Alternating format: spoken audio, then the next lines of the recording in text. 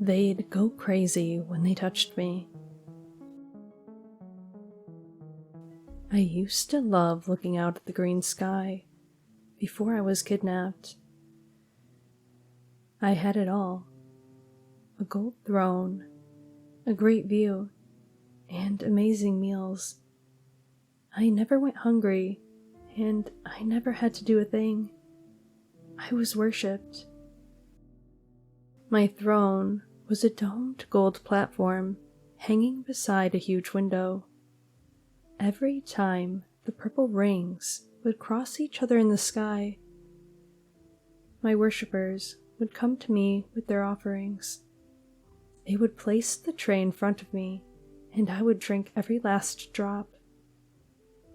Afterwards, I would roll around, enjoying a warm shower as they sprayed me and my throne with a silky liquid that left us sparkling clean. On special days, my worshippers would bring in a lucky member of their group who had the honor of touching me. I loved this ritual because the moment the lucky one touched me, they would change color and jump away, singing with joy as they danced around the room until they collapsed. It was a great life, with no worries and no stress. But then, I got kidnapped. I will never forget that terrible day. My kidnappers burst into the throne room when I was alone and asleep. They were half the height of my worshippers, but they still scared me. They did not have the see-through softness, stretchy tentacles, or spiral eyes of those who had cared for me my whole life. Instead, each one had a dark, thin segment bouncing on 2 stiff tentacles, with 2 more stiff tentacles coming out of their sides, and a big, shiny eye on top. A feeling I had never felt before gripped my insides, making my chest drum faster and faster. The kidnappers ran up to my throne, and I let out a loud sound as they began shaking it. One of them slapped their tentacle over my mouth to stop my sounds, and I froze, my body trembling out of my control. My fast breaths wheezed as the kidnappers kept shaking my throne, and I gasped as it fell.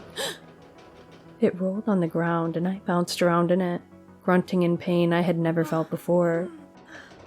My kidnappers managed to stop the throne from crashing against the wall, and I gasped again when they lifted it up and began running. I made more scared noises as I bobbed up and down. One of them jumped in with me and put their tentacle over my mouth again. My chest felt like it was going to burst as I fought to breathe. Out of the corner of my eye, I saw one of my worshippers, and I let out muffled sounds. To my shock, they did not come to help me, and I stared at them in despair as my kidnappers carried me up a ramp into a dark, rumbling room. They dropped my throne, freed my mouth, and my eyes and nose tingled and began to leak, my chest shuddering with wails. I did not know what these beings were, but they had to be very dangerous if my worshippers were too afraid to stop them.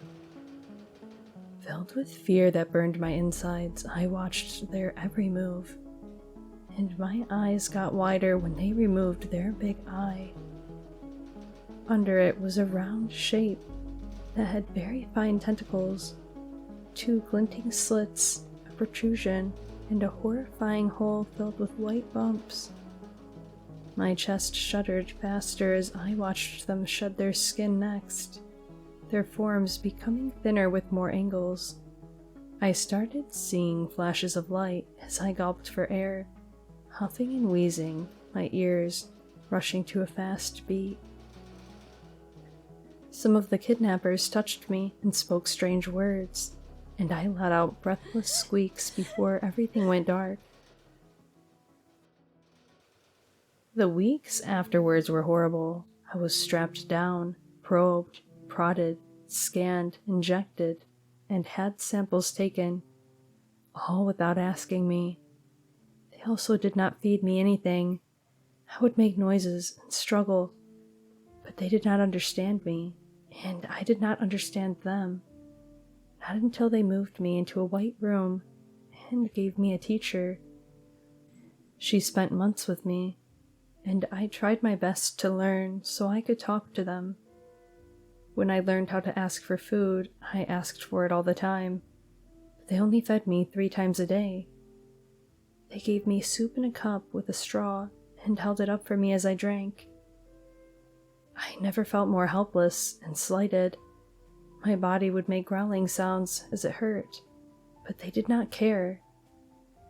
After every lesson, my teacher would ask me about my life back home, and I would answer, trying to explain that I was unhappy here and I wanted to go back.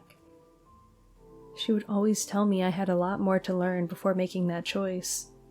I would always ask what they wanted with me, and she would tell me I did not have a good enough grasp of the language to understand the answer. So I tried even harder to learn, and one day, a year later, I got my answer.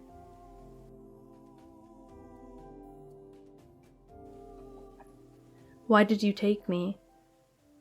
She looked at me for a long while before she uncrossed her legs and leaned forward. Okay, I think you're ready to know. I sat up, nervous excitement making my chest beat faster. Tell me. 35 years ago, you were playing in a field with your sister, and she ran, crying to her parents, saying she saw you taken away to the sun by a shadow. No one believed her, but she vowed to prove it and to rescue you. She gave me a half smile, and I finally did. I stared at her, confused. You are not my sister. I am. I'm Elizabeth Harton. You used to call me Lizzie. You're Tyler Harton.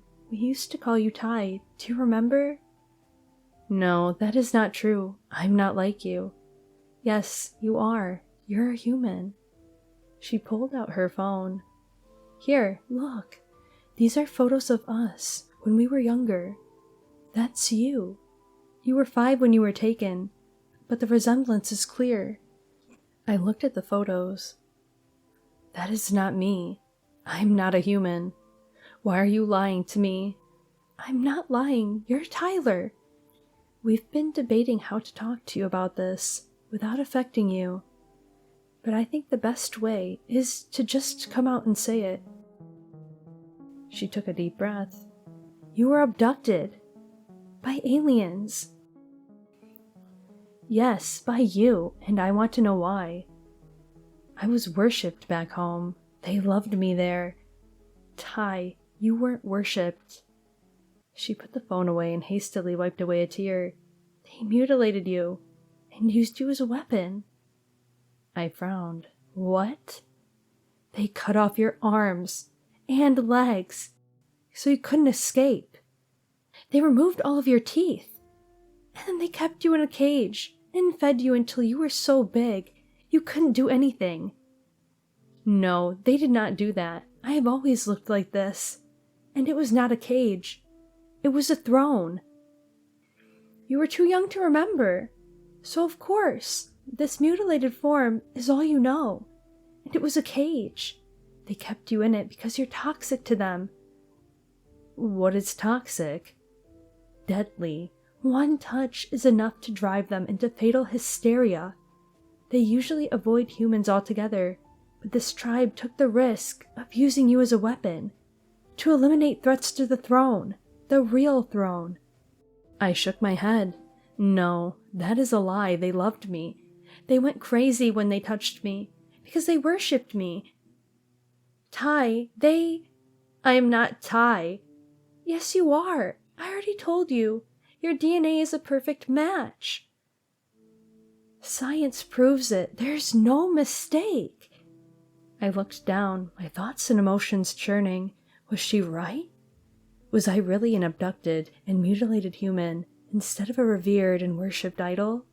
Did it even matter? I was happy there. I had everything. She scooted her chair closer to my bed. I spent years researching ways to save you. And when I learned there's a secret division of the government that deals with extraterrestrial life, I applied immediately, and I worked with them tirelessly until we found you. She gave me a soft smile. We're now going to get you to a healthy weight, which should feel a lot better for you in this gravity. We also got you a wheelchair that you can control with your mouth, and we made you a set of dentures so you can start eating solid food. Solid food? I asked in disgust. Yes, it'll be a slow process, since your digestive system isn't used to it. So we'll start with mushy food first. You'll live with me, Mom, and Dad. They can't wait to see you, and I have a dog, Patch. She's a Dalmatian. Remember how we always wished we had one after watching 101 Dalmatians? How we wanted to call it Patch? No. Her smile wavered. It's okay.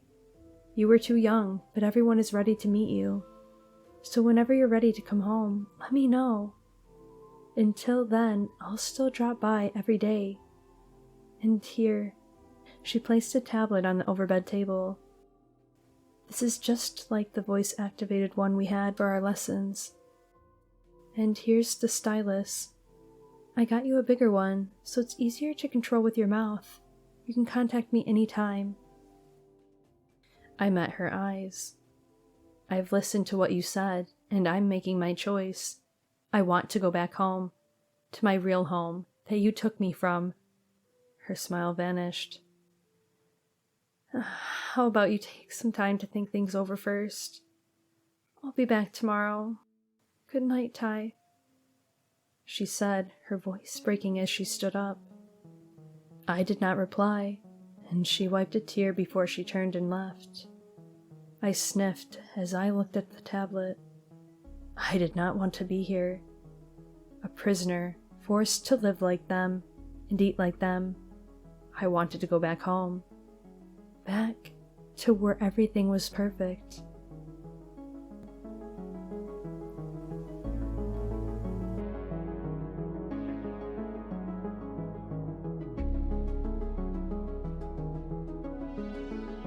I would like to thank Shayle, username SkittishReflections, and author of The Fall of Souls, which is now available.